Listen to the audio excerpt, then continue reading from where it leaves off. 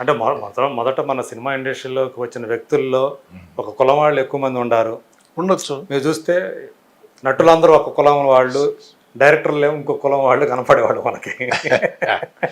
అట్లా అనుకుంటే అట్లా దాన్ని ఇప్పటికీ దాన్ని ఆపాదించుకొని ఇప్పటికీ అదే మరి ఇంత మార్పు వచ్చినా కూడా దాన్ని ఆపాదించుకుంటే ఎట్లా? అదే హీరోస్ లో కూడా ఎంతో మంది వేరే వాళ్ళు లేరండి. అవును అవును మరి అసలు ఇవాళ అసలు ఎవరు కులమో కూడా తెలియదే కదండి. తెలీదు. అక్కడ అదే రావాలి అసలు నిజానికి. అదే అక్కర్లా మనకి. దానివల్ల సినిమా సక్సెస్ అవుతుందా? కాదు కదా. అవును, నీ కథ వల్ల, నీ యాక్టింగ్ వల్ల, దేని దర్శకత్వం వల్ల వస్తుంది కదా తప్పితేది. అవును, ఆ కుల వ్యవస్థ వల్ల రాదండి అది. అదే పైగా కళాకారుడు కులం లేదు. ఏ కులాలు మతాలు ఏమి లేవండి, వాళ్ళకి లేవు. అదే ఇంకా మిగతా అన్నిట్లోనూ ఉంది కానీ మన నటన పరంగా సినిమా ఫీల్డ్లో కానీ టీవీ ఫీల్డ్లో కానీ కులాలు లేవు. ఇప్పుడు మీరు నాటక రంగం, రేడియో రంగం, టీవీ రంగం, సినిమా రంగం 4 రంగాలు అంటే ఈ కళకి సంబంధించినవి కాబట్టి 4గిట్లో మీరు చేశారు, రాణించారు, పేరు తెచ్చుకున్నారు. రాజకీయ రంగంలో కూడా ఏమైనా మీకు ఆ ఇంట్రెస్ట్ ఉందా? మీకు అస్సలు ఇంట్రెస్ట్ లేదండి. అస్సలు ఇంట్రెస్ట్ లేదు. ఇప్పుడు మేము ఇక్కడ సీనియర్ సిటిజన్స్ 10 మంది కూర్చుంటాం. సాయంత్రం పూట 6 నుంచి 7:30 దాకా కాలక్షేపం. ఏదో మాట్లాడుతుంటే కొంతమంది రాజకీయాల గురించి మాట్లాడతారు. వాళ్ళు వాడెట్టా వస్తాడు, వాడు రాకూడదు, వీడు ఇది అన్యాయం చేశాడు, వాడు అసలు సెంట్రల్లో వాడు చేసిందే తప్పు, అది ఇది అంటుంటారు. అన్నీ వింటుంటాయి. ఓకే, మీ అభిప్రాయం ఏం చెప్పరు?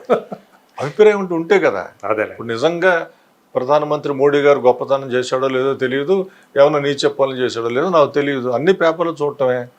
ఏమన్నా దుర్మార్గుడు అనేది పేపర్లోనే చదివాను, మంచివాడు అనేది పేపర్లో చదివాను. మరి ఏది నమ్మాలి నేను? కరెక్ట్. ఒక పత్రికలో ఒకళ్ళని సపోర్ట్ చేస్తూ ఇది ఉంటుంది, రెండో పత్రికలో అదే సపోర్ట్ చేసిన వాడిని ఈ అన్యాయాలు చేశాడు, ఇంత దుర్మార్గాలు చేశాడు, వీటి వాడిని ఎట్టా ఎన్నుకుంటామని ఇంకో పత్రికలో ఉంటుంది. ఏది నమ్ముతారు మీరు? అదే ఏది నమ్మాలి అసలు? ఏది నమ్మాలి?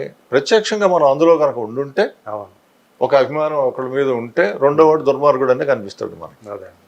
అందుకని నాకు దాని మీద అస్సలు ఇంట్రెస్ట్ లేదు. ఎవరన్నా అవి మాట్లాడుతున్నా కూడా సైలెంట్ అయిపోతాను. ఓకే, సో ఇప్పుడు ఏంటి మీ తదుపరి ఏమన్నా ప్రణాళికలు ఏమన్నా ఉన్నాయా? మీ ఫ్యూచర్ ప్లాన్స్ అంటే ఏమన్నా ఉన్నాయా? ఫ్యూచర్ ప్లాన్స్ ఏమున్నాయండి? ఏది వేషం వస్తే, ఏది ఫోన్ వస్తే ఇది కూడా పెట్టుకుంటాం. వస్తే వెళ్తాం, లేకపోతే లేదు. ఈ కార్యక్రమాలు, సాంస్కృతిక కార్యక్రమాలు మాత్రం డెఫినెట్గా ఉంటాయండి నాకు. ఎందుకంటే మొన్ననే వరల్డ్ థియేటర్ డే అని మార్చి 27వ తారీఖున ప్రపంచం అంతా రంగస్థల దినోత్సవం జరుపుకుంటుంది.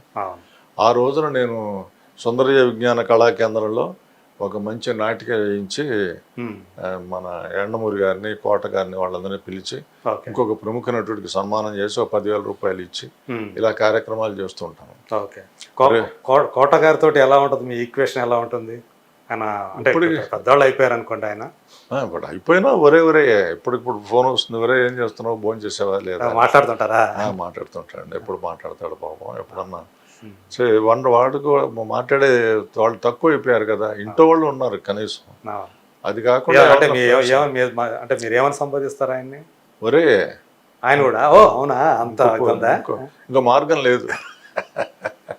ఇప్పుడు ఒకప్పుడు 3 షిఫ్ట్లు పనిచేసిన వాడు. అవును, తెలుగు సినిమా గర్వించదగ్గ నటుల్లో ఒకటిగా పేరు తెచ్చుకున్నాడు. మరి ఇప్పుడు ఒకటి ఇట్లా సైలెంట్గా కూర్చోమంటే ఎంతసేపు కూర్చుంటాడు? అందుకని ఎవరికో వాళ్ళకి ఫోన్ చేస్తున్నాం, ఎవరో రండి అని ఇట్లా అంటుంటాడు పాపం. మనకు వీలైనప్పుడు మనం కూడా పెడతాం, వీలైనప్పుడు వాడు కూడా ఇక్కడికి వస్తుంటాడు, ఇదే ఇంటికి వస్తుంటాడా? వస్తాడండి, వచ్చి కాసేపు కూర్చొని వెళ్తాడు. అదే వాళ్ళ సిస్టర్స్ వాళ్ళు కూడా దగ్గరలోనే ఉన్నారు, వాళ్ళని నన్ను చూసుకుని వెళ్తాడు. కాదు, ఈ మధ్య కొంచెం గాత్రం కొంచెం ఇబ్బంది పెడుతున్నట్టు. గాత్రం ఇబ్బంది లేదండి, ముద్ద కొంచెం ముద్దగా వస్తున్నట్టు ఉందిగా? లేదు, గాత్రం మంచిగానే ఉంది. ఓకే, గాత్రం మంచిగానే, చూపు కొంచెం తగ్గింది, నడక కొంచెం తగ్గింది. ఈ మధ్యకాల ఆయన మీద రకరకాల రూమర్స్, ఒకసారి కాదు రూమర్స్ ఏంటంటే చచ్చిపోయాడని వచ్చింది. అదే ఒకసారి కాదు, అది ఒకసారి కాదు. వాడు మళ్ళీ అట్ట పెడతాడో అర్థం కాదు. నేను బతికే ఉన్నాను ఆయనే చెప్పుకోని ఆయన వెంటనే ఫోన్లు వెళ్ళిపోయి నేను బతికే ఉన్నాను. పోలీసులు కూడా చెప్పాడు, ఇలా చూస్తున్నారు చూడండి అయ్యా బాబు అని.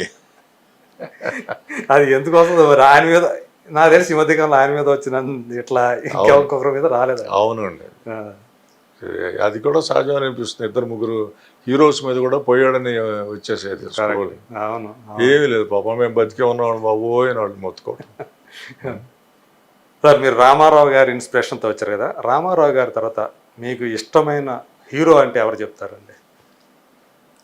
అట్లా చెప్పలేనండి. చెప్పలేరా? నేను ఒక చెప్తాను, బాలకృష్ణ అంటే ఆయన మీద ఉన్న మీకు ఒపీనియన్ ఏంటి? బాలకృష్ణ గారితో యాక్ట్ చేశాను. నాకే ప్రత్యేకమైనటువంటి అభిమానం కానీ ప్రత్యేకమైన ఇది ఒక స్పెషాలిటీ ఇది ఉంది ఓకే అనేది ఏమీ లేదు నాకు. అందరితో యాక్ట్ చేశాను. ఓకే. నాకు అంటే ఒక నటుడిగానే కాకుండా ఒక వ్యక్తిత్వ పరంగా కూడా. వ్యక్తిత్వ పరంగా అంటే మనతో ఇప్పుడు హీరోలు వచ్చి మనతో వచ్చేసి కూర్చొని ఏమంటే ఏంటి సంగతులు అది ఇది అలా మాట్లాడరు కదా. ఇప్పుడు జగపతి బాబు గారు ఆయన పని ఆయన చూసుకుంటాడు, చాలా కామ్గా ఉంటాడు. ఎప్పుడన్నా అవసరం అయితే మనతో కూడా మాట్లాడతాడు, అంతే. అంత డిగ్నిఫైడ్గా ఉంటాడు ఆయన. ఆయనతో ఎక్కువ సినిమాలు చేశాను కాబట్టి నాకు తెలుసు అనమాట. నాగార్జున గారితో తక్కువ చేశాను, ఒకటే సినిమా చేశాను, 1-2 చేసినట్టు అంతే. ఇప్పుడు ఈ సత్యదేవ్, నాగార్జున, నాన్నగారు జూనియర్ ఎన్టీఆర్, జూనియర్ ఎన్టీఆర్తో చేశాను. ఆయన అసలు అసలు మనకంటే ఏమో సరదాగా ఉంటాడు ఆయన. ఏదో అందరితోటి కలివిడిగా ఉంటాడు ఆయన. ఆయనతో మరి 3-4 సినిమాలు చేశాను. సో అట్లా ఎవరు మహేష్ బాబుతో ఎంతవరకు చేయలేదండి, అవకాశం రాలేదు. మహేష్ బాబు, మోహన్ బాబు వీళ్ళిద్దరితో ఇంతవరకు ఏ సినిమా చేయలేదు. మోహన్ బాబు గారితో చేయలేదండి, అవకాశం రాలేదు. ఓకే. చిరంజీవి గారితో చేశాక రిక్షావాడు చేశాను, అన్నయ్య చేశాను. ఓకే. సో ఆయన అంటే ఇవాళ ఎట్లా ఉన్నారంటే కొంతమంది తమకు వచ్చే దాంట్లో అంటే వాళ్ళు హీరోల్లో ఈ సేవా కార్యక్రమాలు కూడా చేపట్టడం. ఇప్పుడు చిరంజీవి గారు బ్లడ్ బ్యాంక్, బాలకృష్ణ గారేమో క్యాన్సర్ హాస్పిటల్. అవును. ఎవరన్నా వచ్చారంటే ఆయన అందరికి ఫ్రీగా చేయించడము, ఏదో మొత్తం తీసుకొని చేయడం, హెల్ప్ చేయడం. మహేష్ వచ్చేటప్పటికి ఆల్మోస్ట్ 2000 మంది పిల్లలకి, చిన్న పిల్లలకి గుండె ఆపరేషన్ చేయించడం. ఆయన అదేదో ఊరు అడాప్ట్ చేసుకున్నారు కదా ఆయన, అది కూడా ఇది దత్త తీసుకోవడం ఒకటి, అది కూడా ఉంది. ఆంధ్ర హాస్పిటల్స్ తోటి విజయవాడ వాళ్ళ అక్కడ మనకి ఆపరేషన్ చిన్న పిల్లలకి. Very good. అది 10 ఏళ్ల లోపు పిల్లలకి చాలా మంచి విషయం అండి.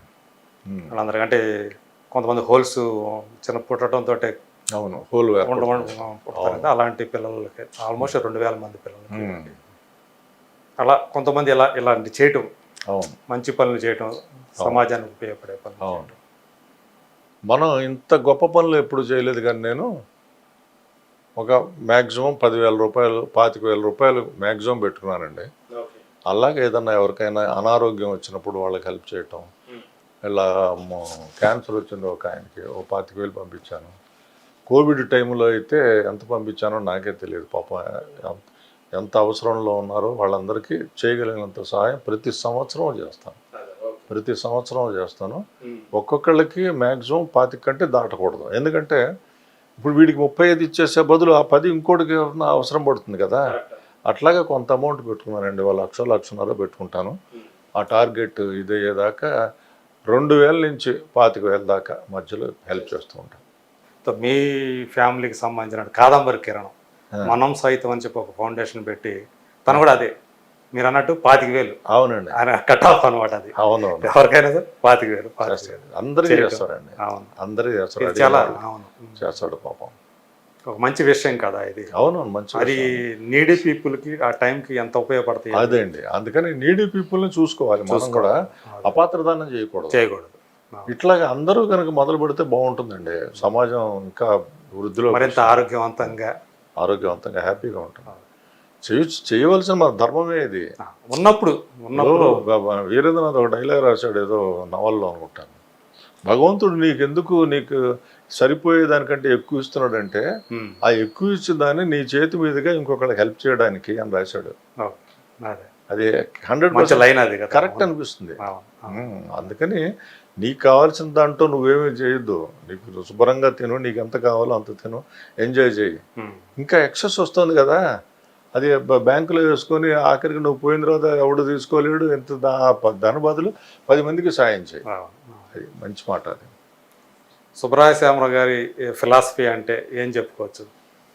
మీకంటూ మీ ఫిలాసఫీ నా ఫిలాసఫీ ఒకటే అండి, సింపుల్గా బతుకు, నీకు కావలసినంత వరకే సంపాదించుకో, హ్యాపీగా ఉండు. అప్పుడు ఎందుకంటే మనకు కావలసినంత వరకే సంపాదించుకుంటే తృప్తి దానంతటా అదే వస్తుందండి. తృప్తి దానంతటా. ఇప్పుడు నీకు కారు ఉంది, BMW ఎందుకు కావాలి? అది మారుతి సరిపోతుందిగా నీకు, మారుతితో తృప్తి పడు. ఇప్పుడు 10 లక్షలు ఉన్నాయి నీకు, ఏదైనా ఎమర్జెన్సీ అయితే హాస్పిటల్లో జాయిన్ అయ్యేందుకు, పిల్లలు వచ్చే లోపల సహాయం పడేందుకు ఎంతో 10 లక్షలు పెట్టుకున్నావు అనుకో, ₹1 కోటి బ్యాంకులో పెట్టుకోవడం దేనికి అసలు? ఇప్పుడు దానికోసం తాపత్రయపడి నువ్వు ఎండల్లో వాటిల్లో పడి కష్టపడి సంపాదించాల్సిన అవసరం ఏముంది? వచ్చింది నీకు అవసరం, నీకు ₹1 కోటి ఇచ్చేటువంటి ఒక వేషం వచ్చింది, ₹1 కోటి తీసుకో. దానికోసం తాపత్రయపడి ఇది చేసేసి ఓ పాలిటిక్స్ చేసి వాడు రాకుండా ఉన్న రానివ్వకుండా చేసి ఇవన్నీ అనవసరం అంటున్నాను నేను.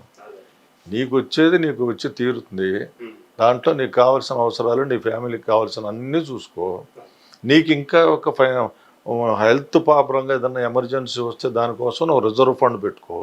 ఇంకా ఉంటుంది చూడు, దాన్ని ఇప్పుడే ఎవరికన్నా వాళ్ళకి వీళ్ళకి చేస్తే రేపు పొద్దున వాళ్ళందరూ నీకు వచ్చి సాయం చేస్తారు ఏదన్నా ఒక పరిస్థితుల్లో. మీ పేరు కూడా నిలిచిపోతుంది. అదే నా పాలసీ. మంచిగా చెప్పుకుంటారు కదా, అంతే మంది చెప్పుకుంటారు. చెప్పకపోయినా పర్లేదు, నీకు తృప్తి ఉందిగా. ఇప్పుడు ఒకటికి అవసరంలో నేను సాయం చేశాను అనేటువంటి తృప్తిని చూసారా,